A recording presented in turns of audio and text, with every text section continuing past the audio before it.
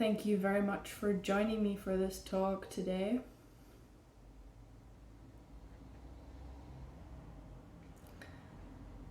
I wanted to talk about something which I find is very essential for those of you on the beautiful path of the spiritual awakening journey. And something that is very essential and important, I feel, to talk about. And as you can tell by the title of the video I chose, the 4 stages of the spiritual awakening journey, how to really be a modern mystic in this world, I wanted to talk about what this journey looks like for so many of us and where we tend to get stuck and how we're able to evolve and to progress on this journey. And to call it the 4 stages of the spiritual awakening journey might sound a bit mind-based, because something that cannot be comprehended by the mind itself, something like a spiritual awakening journey, which is an experience that is way beyond the mind, and then we're trying to explain it with the mind, with words. But please understand that the words I'm using here, when I'm talking about the 4 stages or something like that, they're merely pointers to something. We're using language here to create a mutual understanding for this path. So that's where the title of the video came from. So, as I'm very sure most of you who experience the spiritual awakening, this stage you were in before your awakening happened, pre-awakening, you probably lived a relatively earthbound life. Maybe more or less you did what you were asked to do, whatever form it took for you when you started off your incarnation, your earth walk. You probably always had a knowing within yourself or a spark of consciousness which always made you wonder, I'm sure there's more to life than this. I'm sure there's more to life than what meets the eye. I'm sure there's more to life than what average Ethel and John do, to use a quote by David Icke. So you always had this knowing within yourself. Maybe you were even drawn to philosophy or religious studies, or maybe it was none of that for you, but you still lived with that spark, that you felt drawn to something greater beyond this 3-dimensional realm that you were navigating in. And then all of a sudden one day your spiritual awakening actually happens. However you got there, for some people it's a very gradual process. They happen to have a spiritual awakening after years of spiritual practice. For other beings it happens like super spontaneously, and they have a spiritual awakening after a plant medicine experience or a psychedelic contact. However your awakening happened, it happened. And then for the first time this feeling that you had pre-awakening, oh my God, you can validate it now. For the first time you experience yourself as this divine being that is infinite consciousness. For the first time, you actually experience what it means when they talk about oneness. And for the first time, you are completely disidentified with your mind and your egoic nature.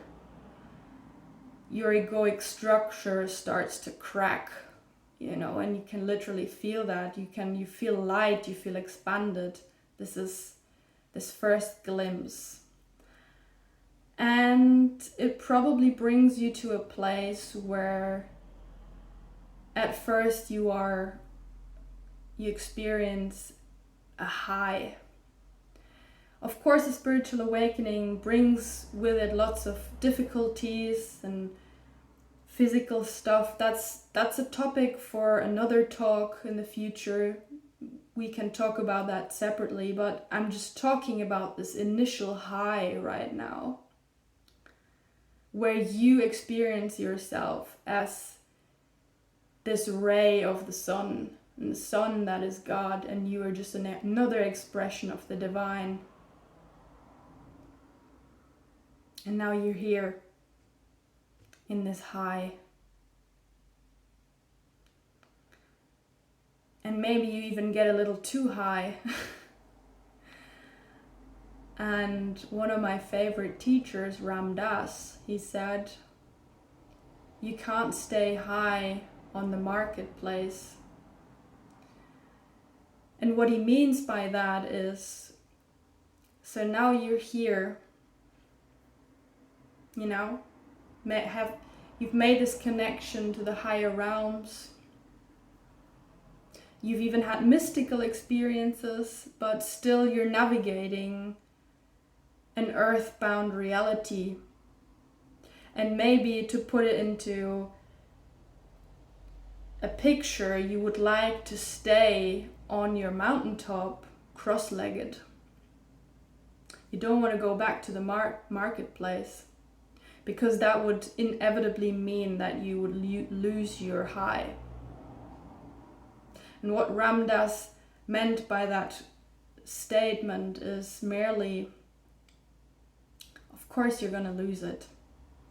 Of course, when you have to go back to your earthly requirements, everything this illusory realm demands of us, of course you can't maintain the spiritual high. It's impossible. And what happens then for many, many beings, and that's the stage where most of the people on the spiritual path get stuck in, including myself. I was stuck in that stage 3, what I would call, for years.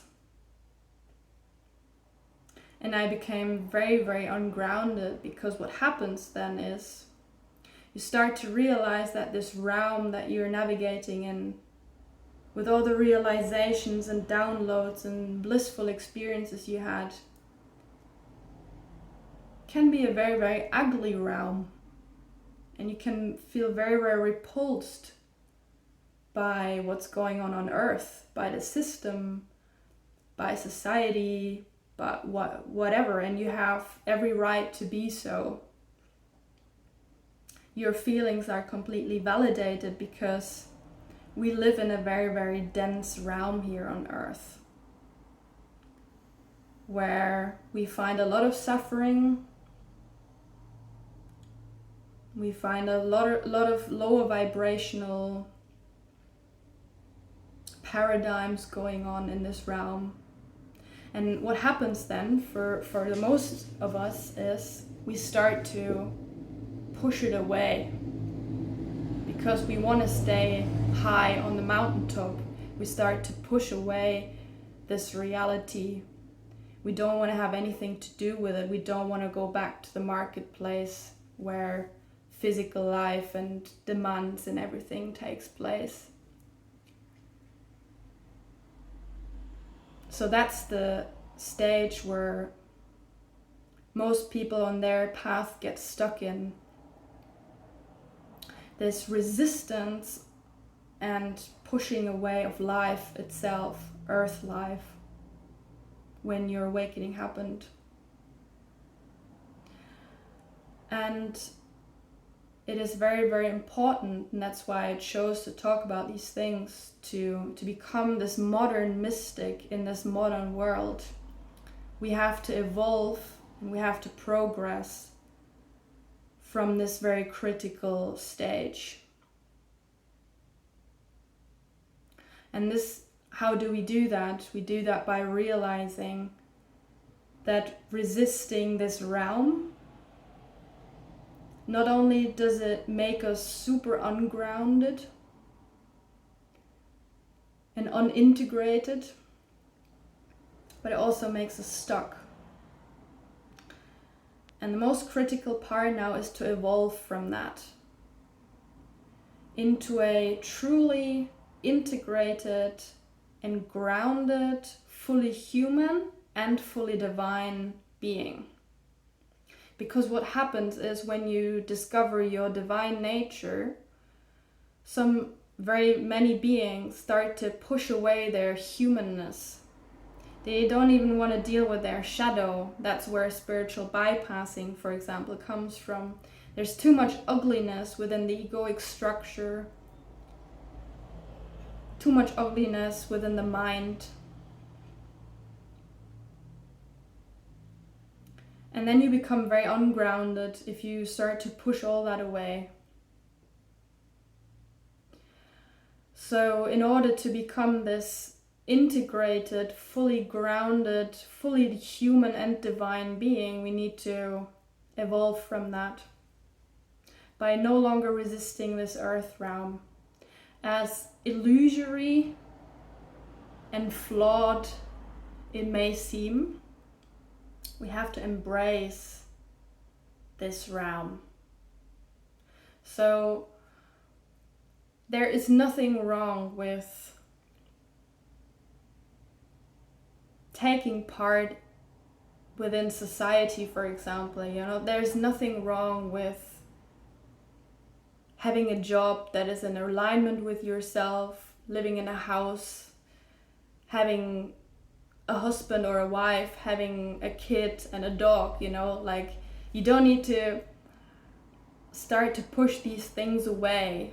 You can live a fully grounded life on earth post-awakening.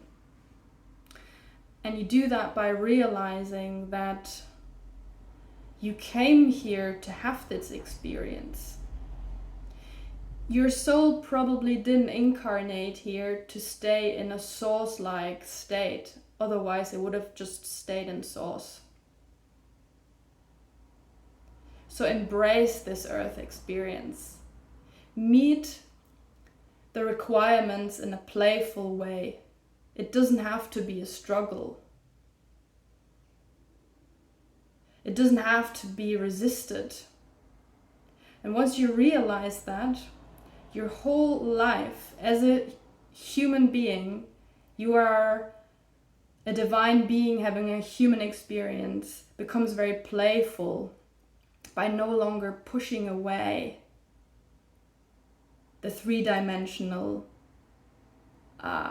reality and all that, whatever that looks like for you in your individual situation. And that's the last stage when we're fully integrated within our spiritual nature, which is our true essence, and at the same time embracing this realm.